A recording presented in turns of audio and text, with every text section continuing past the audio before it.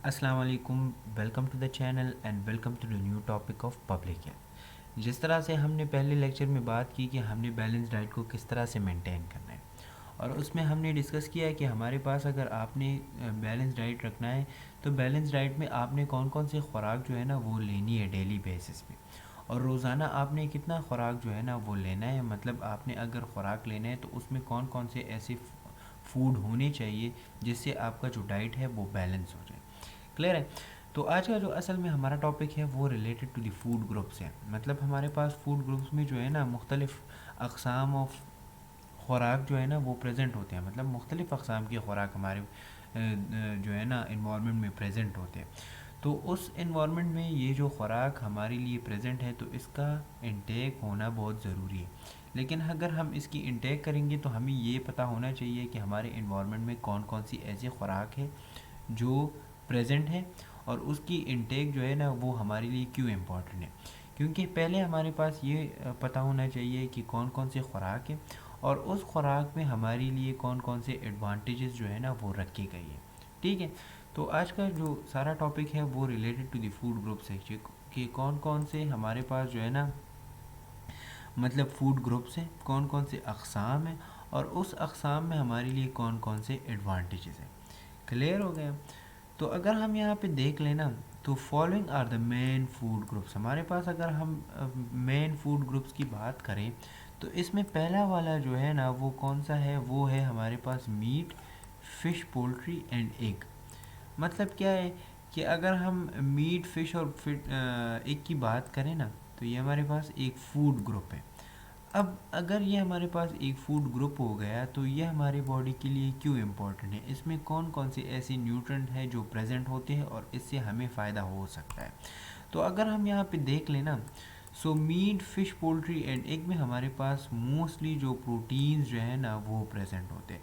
तो remember one thing, अगर आपसे एमसीक्यूज़ में हम जो है ना पूछा जाए कि कौन सी ऐसी खुराक है कि उसमें जो है ना प्रोटीन के सोर्सेज ज़्यादा होती है, तो मतलब एक है हमारे पास मीट, फिश, पोल्ट्री इन एग, और दूसरा है हमारे पास लेग्यूम्स एंड नट्स।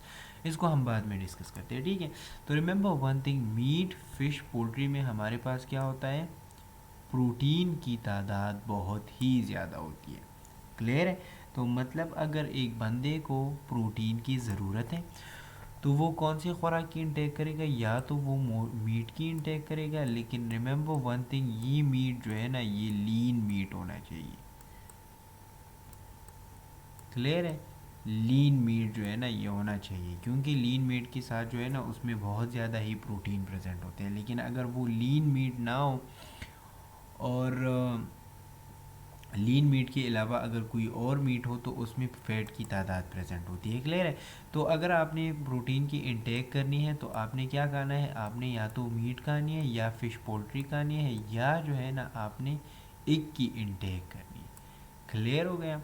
अच्छा, अब इसके अलावा जो है ना मतलब हमारी बॉडी को ये क्या प्रोवाइड करेगा, ये प्रोटीन प्रोवाइड करेगा। क्लियर है। इसके अलावा अगर हम देख लेना तो ये क्या बता रहे हैं, they are also rich in certain vitamin of B complex group. मतलब क्या है कि इसमें जो मीट हो गया, फिश, पोल्ट्री हो गई, और इसके अलावा जितनी भी ये है ना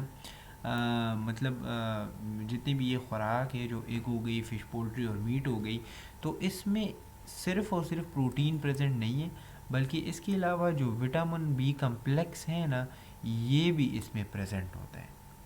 क्लियर हो गया है ना। तो मतलब जो हमारे पास मीट, फिश या एग हो गई तो इसमें प्रोटीन तो प्रेजेंट है, लेकिन इसके अलावा अगर हम विटामिन की बात करें तो विटामिन बी कम्प्लेक्स भी इसमें बहुत ज़्यादा ही प्रेजेंट होती है। क्लियर है।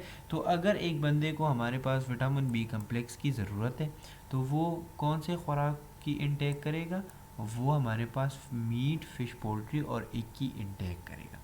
क्लियर हो गया है ना।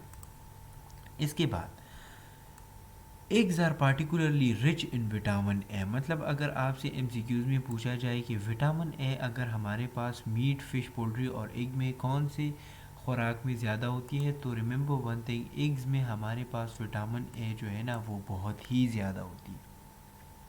क्लियर। तो अब अगर आप यहाँ पे देख ले तो हमने पहले बात की कि प्रोटीन भी प्रेजेंट होती है, फिर हमने बात की कि इसके अलावा अगर हम देख ले तो विटामिन बी कम्प्लेक्सेस भी प्रेजेंट होते हैं, और अगर हम एग्स की बात करें तो एग्स में हमारे पास विटामिन ए बी प्रेजेंट होता है। तो मतलब इसका सिंपल ये है कि सिर्फ़ और सिर्फ एक न्यूट्रिएंट खुराक में प्रेजेंट नहीं होती, मतलब उसमें बहुत सारे जो है ना मुख्तलिफ टाइप ऑफ न्यूट्रिएंट्स प्रेजेंट होते हैं। क्लियर? अच्छा, अब फ़िश की बात कर लेते हैं। So fish contain certain polyunsaturated fatty acid that prevent the thromboembolic condition. मतलब क्या है कि जो फ़िश है ना, इसमें polyunsaturated fatty acids present होते हैं। क्लियर है? तो हमारे पास जब ये polyunsaturated fatty acid present होते हैं तो ये हमें थ्रोम्बोएम्बोलिक कंडीशन से बचाते हैं। थ्रोम्बोएम्बोलिक कंडीशन आपने पैथोलॉजी में स्टडी किया होगा कि मिसाल के तौर पर ये एक आर्टरी है या वेन है, तो इसमें थ्रोम्बोसिस हो जाए। क्लियर है? ब्लड क्लॉट्स जो है ना यहाँ पे बन जाए। क्लियर है? तो जब ब्लड क्लॉट्स यहाँ पे बनेंगे तो ये जो ब्लड सप्लाई हो रही है यहाँ से, तो ये क्या होगी, ये ब्लॉक हो जाएगी। इसको हम कहते हैं थ्रोम्बोएम्बोलिक कंडीशन। तो मतलब जो फ़िश है ना, ये हमें क्या कर सकता है, ये हमें थ्रोम्बोएम्बोलिक कंडीशन से बचा सकता है। क्लियर है? तो अब अगर आपसे क्वेश्चन में पूछा जाए कि आपने फूड ग्रुप्स के बारे में बताना है, तो आपने क्या कहना है? आपने कहना है कि हमारे पास मुख्तलिफ type of food groups present होते हैं। इसमें अगर हम मेन फूड ग्रुप्स की बात करें तो पहला हमारे पास कौन सा है, मीट, फिश एंड एग हो गई। इसमें हमारे पास प्रोटीन्स प्रेजेंट होते हैं। अगर हम विटामिन बी कम्प्लेक्स की बात करें तो विटामिन बी कम्प्लेक्स भी इसमें प्रेजेंट होता है। और इसके अलावा अगर हम विटामिन ए की बात करें तो एग जो है ना, ये हमारे पास मीट, फिश और पोल्ट्री के फूड ग्रुप्स में आती है। तो इसमें हमारे पास क्या प्रेजेंट है, इसमें विटामिन ए प्रेजेंट है। इसके अलावा जो फ़िश है ना, ये हमें एक तो इसमें polyunsaturated fatty acid present होती है, और इसके अलावा ये हमारे पास ये फ़ायदा पहुंचा रही है कि ये थ्रोम्बोएम्बोलिक कंडीशन को प्रिवेंट करती है। मतलब जो हमारी आर्टरीज और वेंस में थ्रोम्बोसिस होती है, तो उस कंडीशन को ये प्रिवेंट करती है, मतलब हमें उससे बचाती है। अब इसके बाद जो दूसरा हमारे पास है वो क्या है, लेग्यूम्स एंड नट्स। क्लियर है? तो लेग्यूम्स और नट्स में हमारे पास कौन कौन से ऐसे जो है ना, मतलब न्यूट्रिएंट्स प्रेजेंट होते हैं। क्लियर है? तो अगर हम यहाँ पे बात कर ले तो first one, they are rich in proteins. मतलब इसमें प्रोटीन्स की तादाद जो है ना वो बहुत ज़्यादा होती है। और इसके अलावा अगर हम देख ले तो दे आर चीप। मतलब अगर हम देख लें तो चीप से मुराद यहाँ पे ये है कि मतलब ये अफोर्डेबल है, हर कोई बंदा जो है ना इसको अफोर्ड कर सकता है। मतलब अगर कोई ग़रीब है तो मतलब इसकी जो प्राइस है वो इतनी ज़्यादा नहीं होती कि हर कोई जो है ना इसको ख़रीद ना ले, मतलब वो ख़रीद सकता है। क्लियर है? So they are rich in proteins and they are cheap. अच्छा, इसके बाद the proteins in it are of low quality. अब यहाँ पे एक बात आ जाती है कि मतलब जो मीट, फिश और पोल्ट्री में जो प्रोटीन प्रेजेंट होती है ना, उसकी जो क्वालिटी है वो क्या होती है, वो गुड होती है। मतलब वो गुड क्वालिटी प्रोटीन होता है उसके अंदर। लेकिन यहाँ अगर हम ल्यूग्यूम्स और नट्स की बात करें तो इसमें प्रोटीन की तादाद ज़्यादा है, लेकिन इसकी जो प्रोटीन है ना वो लो क्वालिटी है। मतलब उसकी जो क्वालिटी है वो इतनी अच्छी नहीं है। क्लियर है? तो ये बात याद रख लिया करो कि मीट एंड फिश में जो प्रोटीन है उसकी क्वालिटी अच्छी है, और जो लेग्यूम्स और नट की प्रोटीन्स है उसकी क्वालिटी हमारे पास क्या है, लो क्वालिटी है। इसके बाद अगर हम देख लें तो they contain vitamin in favour amount. मतलब क्या है कि इसमें हमारे पास एक स्पेसिफिक अमाउंट ऑफ विटामिन भी प्रेजेंट होता है। लेकिन यहाँ पे अगर हम देख लें तो मीट एंड फिश में हमारे पास रिच विटामिन प्रेजेंट होते हैं। इसके अलावा सिर्फ विटामिन बी कम्प्लेक्स प्रेजेंट नहीं होता, इसके साथ साथ विटामिन ए भी प्रेजेंट होता है। तो मतलब यहाँ पे ये कि विटामिन प्रेजेंट होते हैं लेकिन उसकी तादाद इतनी ज़्यादा नहीं होती। क्लियर? अच्छा, इसके बाद nuts are the major source of fibre and vitamin E. अब यहाँ पे बात आ जाती है, तो विटामिन ई की अगर हम बात करें या फाइबर्स की बात करें तो फाइबर्स जो खुराक है ना, ये हमारे पास कहाँ पे प्रेजेंट होती है। मतलब अगर हम देख लें इसको तो फाइबर हमारे पास रिच होती है नट्स और लेग्यूम्स में। क्लियर? और अगर हम यहाँ पे बात कर लें related to the vitamin E, तो विटामिन ई कहाँ पे प्रेजेंट होती है? विटामिन ई मोस्टली जो है ना रिच होती है, रिच इन नट्स। क्लियर? तो ये असल में डिफरेंसेस है कि एक फूड ग्रुप में मतलब विटामिन बी ज़्यादा है, दूसरे फूड ग्रुप में विटामिन ई ज़्यादा है। क्लियर यहाँ पे? अच्छा, अब आ जाते हैं मिल्क एंड मिल्क प्रोडक्ट के हवाले से। So milk and milk products, यहाँ पे अगर हम देख लें ना, so they are cheap sources of protein, मतलब इसमें प्रोटीन भी बहुत ज़्यादा प्रेजेंट होती है, लेकिन ये जो है ना चीप सोर्सेज है। क्लियर है? मतलब हम इजीली जो है ना इससे क्या कर सकते हैं, प्रोटीन की जो मकदार है, जो क्वांटिटी ऑफ प्रोटीन हमें जो है ना रिक्वायर्ड है, उसको हम क्या कर सकते हैं, इसको हम इनटेक कर सकते हैं। क्लियर हो गया? अच्छा, अगर हम यहाँ पे देख लेना, सो मिल्क और जो मिल्क के प्रोडक्ट है इसमें हमारे पास क्या है, they contain high quality protein. इसमें हमारे पास प्रोटीन जो प्रेजेंट होते हैं वो क्या है, वो हाई क्वालिटी, मतलब गुड प्रोटीन्स जो है ना उसमें प्रेजेंट होते हैं। मतलब अगर एक बंदा है वो मिल्क या मिल्क प्रोडक्ट्स की जो है ना इनटेक करेगा, तो उसकी बॉडी में सबसे जो है ना हाई क्वालिटी प्रोटीन जाएगा, क्योंकि जो मिल्क और मिल्क प्रोडक्ट्स हैं ना इसमें हाई क्वालिटी प्रोटीन प्रेजेंट होता है। तो मतलब अगर एक बंदे को प्रोटीन माल न्यूट्रिशन है, प्रोटीन माल न्यूट्रिशन किसे कहते हैं, कि एक बंदे की बॉडी में प्रोटीन की मकदार कम हो गई है। क्लियर है? माल न्यूट्रिशन हम आगे डिस्कस करेंगे। माल न्यूट्रिशन असल में एक बीमारी है कि जब आपकी बॉडी में एक न्यूट्रिएंट या एक से ज़्यादा न्यूट्रिएंट की तादाद में कमी आ जाए, इसको हम क्या कहते हैं, माल न्यूट्रिशन। तो अगर एक बंदे की बॉडी में माल न्यूट्रिशन ऑफ प्रोटीन है, तो वो क्या कर सकता है, वो मिल्क और मिल्क प्रोडक्ट्स की इनटेक करके अपनी प्रोटीन को मेंटेन कर सकता है। अच्छा, they are essentially rich in calcium. अब इसमें जो है ना हमारे पास क्या है, इसमें हमारे पास कैल्शियम की तादाद भी बहुत ज़्यादा प्रेजेंट होती है। क्लियर? तो मतलब एक बात याद रख लिया करो कि इसमें हमारे पास हाई क्वालिटी प्रोटीन है, और दूसरा अगर यहाँ हम स्पेसिफ़िकली बात करें तो स्पेसिफ़िक में इसमें जो है ना कैल्शियम की तादाद बहुत ही ज़्यादा होती है। आपने सुना होगा, आप हम जो है ना जितने भी चिल्ड्रन होते हैं, जितने भी चाइल्ड हुड के बच्चे होते हैं, तो हम उसको क्या कहते हैं, हम उसको कहते हैं कि आपने दूध की इनटेक जो है ना ये ज़रूर करनी है, क्योंकि दूध और जो कैल्शियम है ये बोन्स की मजबूती के लिए बहुत ज़रूरी होती है। तो हम जो है ना हम अपने बच्चों को ये पिलाते हैं ताकि उसकी जो बोन की जो ग्रोथ है, जो डेवलपमेंट है वो अच्छी तरह से हो जाए, उसकी जो नशोनुमा है वो अच्छी तरह से हो जाए। तो मतलब मिल्क और मिल्क प्रोडक्ट में हमारे पास एक तो हाई क्वालिटी प्रोटीन हो गई, और दूसरा है हमारे पास रिच इन कैल्शियम, इसमें कैल्शियम की तादाद ज़्यादा होती है।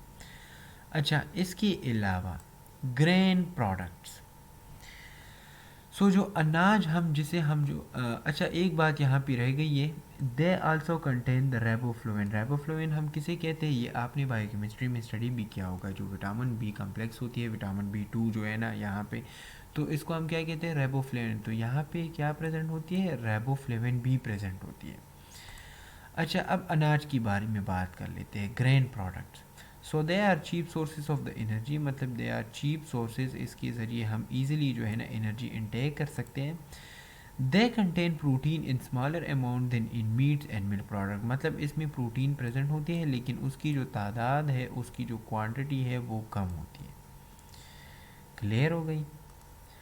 अब अगर हम यहाँ पे कंपैरिजन करें तो ग्रेन, अगर आपने कंपैरिजन करना है कि जो प्रोटीन की तादाद है वो ग्रेन प्रोडक्ट्स में ज़्यादा है या मीट प्रोडक्ट्स में, तो आपने सिंपली बताना है कि जो मीट और मिल्क प्रोडक्ट्स हैं उसमें प्रोटीन की तादाद ज़्यादा है, लेकिन जो ग्रेन प्रोडक्ट्स में उसमें प्रोटीन प्रेजेंट है लेकिन उसकी तादाद जो है ना, उसकी जो अमाउंट है वो कम है। क्लियर हो गए? अच्छा, इसके बाद they also have iron, B complex group vitamin.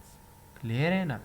तो यहाँ पे अगर आपने बताना है कि ग्रेन जो प्रोडक्ट्स होते हैं इसमें स्पेसिफिकली आयरन की जो तादाद है वो ज़्यादा होती है, मतलब they are rich related to the iron, और इसमें जो विटामिन प्रेजेंट होते हैं तो विटामिन बी कम्प्लेक्स की जो ग्रुप है वो प्रेजेंट होती है। तो यहाँ पे असल में ये हम क्या कह रहे हैं, ये हम असल में कंपैरिजन कर रहे हैं कि एक फूड ग्रुप में हमारे पास कौन सी जो है ना न्यूट्रिएंट ज़्यादा प्रेजेंट है और दूसरे ग्रुप में हमारे पास न्यूट्रिएंट कितने प्रेजेंट है। क्लियर है ना।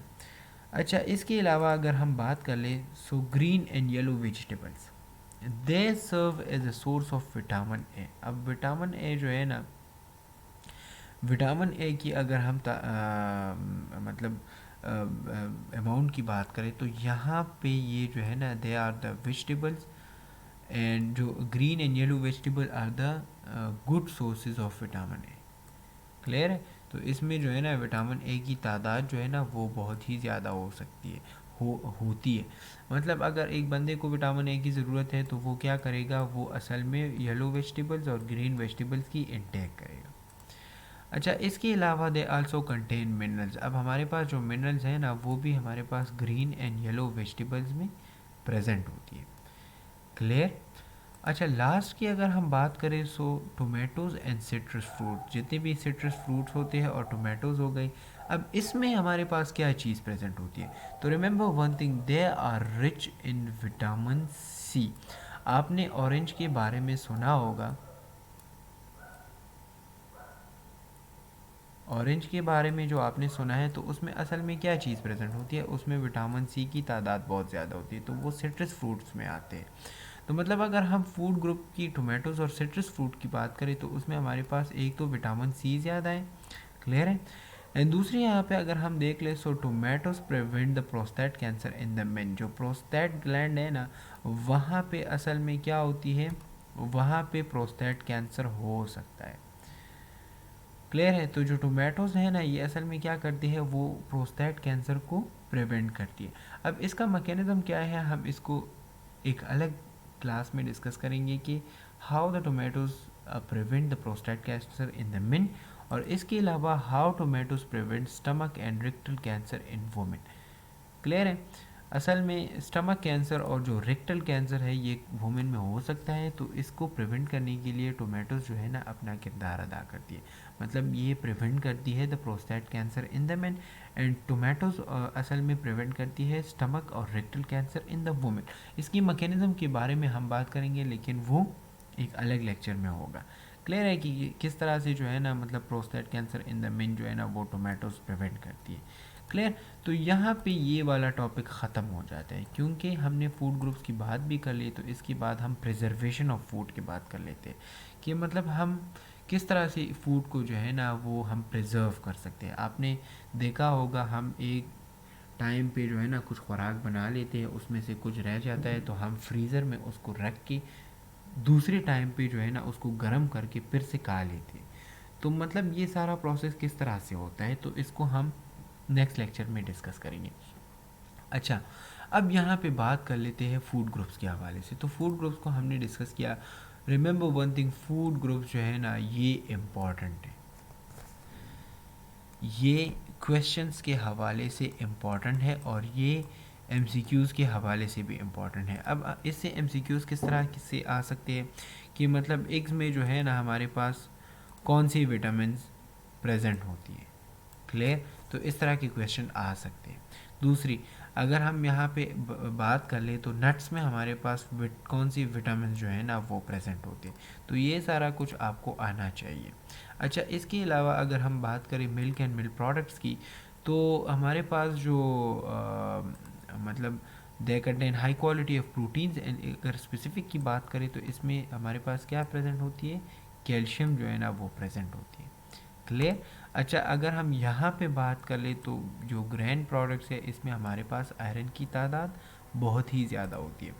अच्छा, अगर हम यहाँ पे सिट्रस फ्रूट और टोमेटोज़ की बात करें तो vitamin C is the main nutrients related to the citrus fruit and tomatoes. अगर हम टोमेटोज़ की बात करें तो ये मेन में क्या करेगा, ये प्रोस्टेट कैंसर को प्रिवेंट करेगा। और अगर हम यहाँ पे बात कर ले रिलेटेड टू द फीमेल्स या रिलेटेड टू द वुमेन्स, तो टोमेटोज़ क्या करता है, ये स्टमक और रेक्टल जो कैंसर है उसको प्रिवेंट करता है। क्लियर हो गया। तो ये आपको याद होना चाहिए, ये इंपॉर्टेंट पॉइंट्स है। इसमें आपके जो है ना क्वेश्चंस भी आ सकते हैं और एमसीक्यूज़ भी आ सकते हैं। ज़्यादातर ये जो है ना क्वेश्चंस में पूछा जाता है कि आप फूड ग्रुप्स के बारे में डिस्कस करें। तो हमारे पास कौन कौन से फूड ग्रुप्स है ये आपको पता होना चाहिए। क्लियर। यहाँ पे ये टॉपिक ख़त्म होता है। इंशाल्लाह नेक्स्ट लेक्चर में हम प्रिजर्वेशन ऑफ फूड की बात करेंगे और ये जो स्टमक और रेक्टल कैंसर की जो मैकेनिज़्म है इसको हम डिस्कस करेंगे। क्लियर है। तब तक के लिए इजाज़त दें, नेक्स्ट लेक्चर में मिलेंगे। अस्सलाम वालेकुम।